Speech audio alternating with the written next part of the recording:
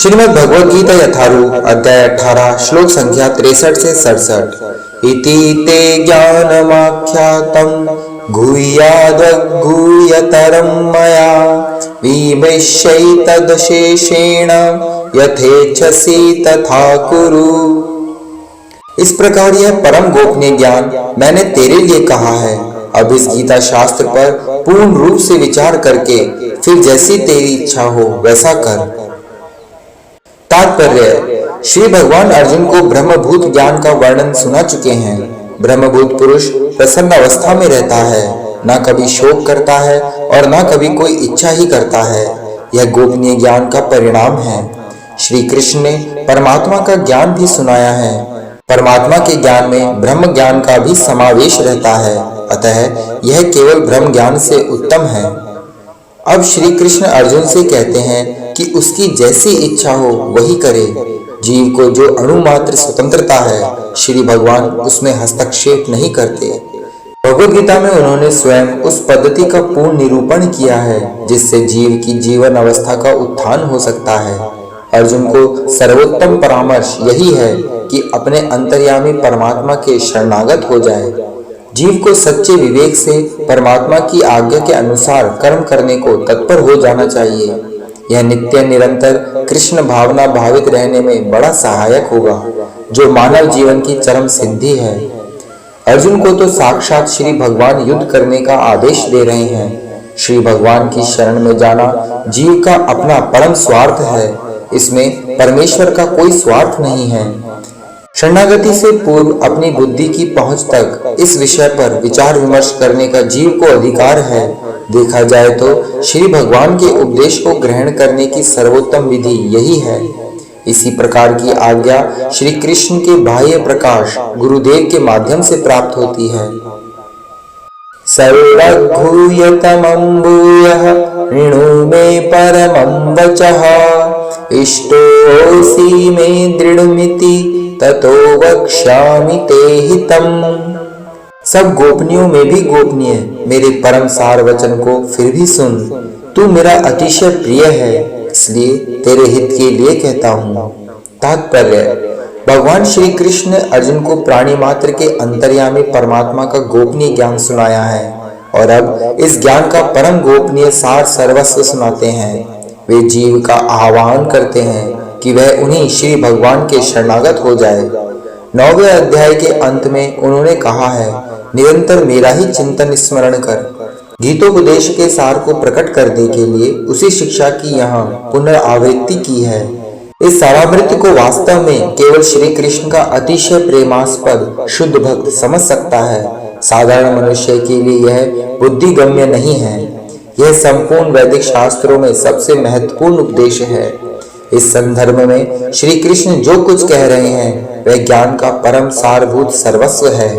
यह केवल अर्जुन के लिए नहीं कहा गया है, जीव मात्र को इसका अनुसरण करना चाहिए।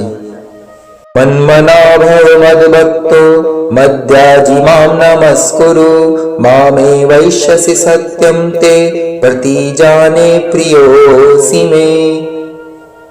नित्य निरंतर मुझ में मन वाला हो और मेरा भक्त हो। मेरा पूजन कर और मुझे ही प्रणाम कर। इस प्रकार तू मुझको ही प्राप्त होगा। यह मैं तुझसे सत्य प्रतिज्ञा करता हूँ, क्योंकि तू मेरा अतिशय प्रिय सखा है।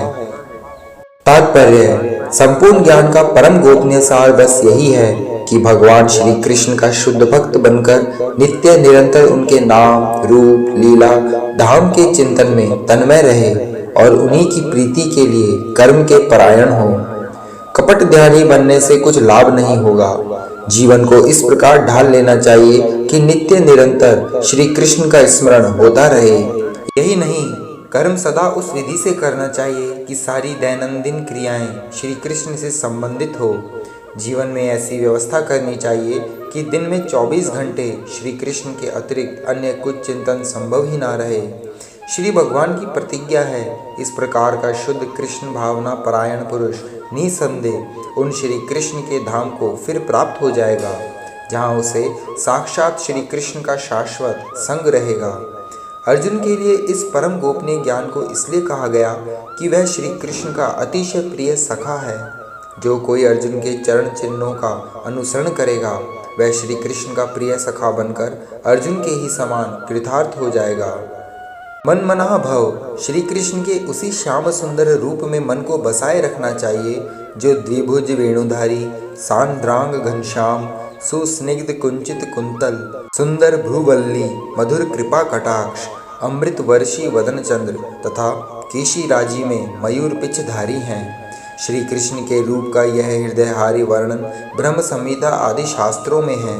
भगवान श्री कृष्ण के इस आदि रूप में ही मन को एकाग्र कर दें। उनके अन्य रूपों में भी ध्यान को नहीं भटकाना चाहिए।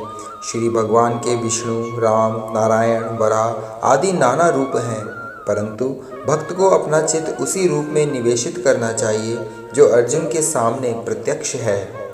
श्री कृष्ण में मन का तन्मय हो जाना ज्ञान का परम गोपनीय सार है। यह अर्जुन के प्रति प्रकट किया गया क्योंकि अर्जुन श्री कृष्ण का परम प्रेमास्पद सखा है। सर्वधर्मान् परित्यज्य मामेकं शरणं व्रज, अहं त्वा सर्वपापेभ्यो मोक्षयिष्यामि मा शुचः। सब प्रकार के धर्मों को त्याग कर एकमात्र मेरी शरण में आ जा, मैं तेरा संपूर्ण पापों से उद्धार कर दूंगा, तू शोक मत कर। तात्पर्य: श्री भगवान ने नाना प्रकार के ज्ञान का, धर्म पद्धतियों का, पर ब्रह्म के ज्ञान का, परमात्मा के ज्ञान का, विविध वर्ण और आश्रमों का, संन्यास का, वैराग्य, अनासक्ति, शम, दम, ध्यान आदि के तत्व का वर्णन किया है। अब गीता शास्त्र का उपसंहार करते हुए श्री भगवान कहते हैं कि अर्जुन पूर्व वर्णित संपूर्ण पद्धतियों को त्याग कर अनन्य भाव से उन श्री कृष्ण के ही शरणागत हो जाए। इस शरणागति से वह सब पापों से बच जाएगा क्योंकि श्री भगवान स्वयं उसकी रक्षा करने का वचन देते हैं। 7वें अध्याय में उल्लेख है कि भगवान श्री कृष्ण की आराधना में वही लग सकता है जो संपूर्ण पापों से मुक्त हो गया हो। इससे जीव को यह ग्लानि हो सकती है कि जब तक वह सब पापों से छूट नहीं जाता तब तक शरणागति के पथ को अंगीकार नहीं कर सकता। ऐसे संदेह को दूर करने के लिए भगवान ने स्पष्ट कर दिया है कि यदि कोई पापों से ना छूटा हो तो भी केवल श्री कृष्ण के शरणागत हो जाने से उसका अपने आप मोचन हो जाएगा। ऐसे में पाप निवृत्ति के लिए अलग से कोई कठोर उद्यम नहीं करना पड़ेगा।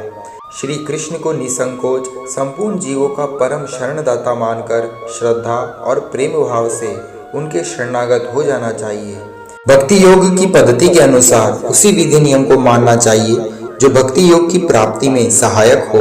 वर्णाश्रम में अपनी स्थिति के अनुसार स्वधर्म पालन किया जा सकता है, परंतु यदि कोई इस प्रकार के कर्तव्य पालन से कृष्ण भावना रूपी लक्ष्य तक नहीं पहुँचे तो उसके संपूर्ण कर्म व्यर्थ हैं। जो कर्म कृष्ण भावना रूपी परम सिद्धि के मार्ग में अग्रसर नहीं करता उससे बचना चाहिए। यह दृढ़ विश्वास रखें कि श्री कृष्ण सब परिस्थितियों में उसकी सब प्रकार से रक्षा करेंगे।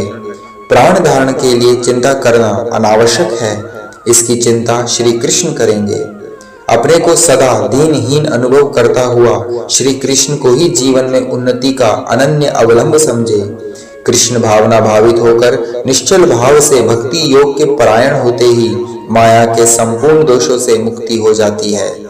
ज्ञान, ध्यान योग आदि धर्म और शुद्धिकरण की अनेक पद्धतियां हैं, परंतु श्री कृष्ण के शरणागत को इन साधनों का अनुष्ठान नहीं करना पड़ता। श्री कृष्ण के चरणों में अनन्य शरणागति ही पर्याप्त है। अन्य साधनों में समय व्यय करने की आवश्यकता नहीं। इस प्रकार एक शरणागति के द्वारा तत्काल पूर्ण उन्नति करके संपूर्ण पापों से मुक्त हुआ जा सकता है। श्री कृष्ण की मधुर छवि पर मुग्ध हो जाए। उनका नाम कृष्ण है क्योंकि वे सर्वाकर्षक हैं। जो श्री कृष्ण के मधुर सर्वशक्ति संपन्न रूप की ओर आकृष्ट हो जाता है वह भाग्यवान है।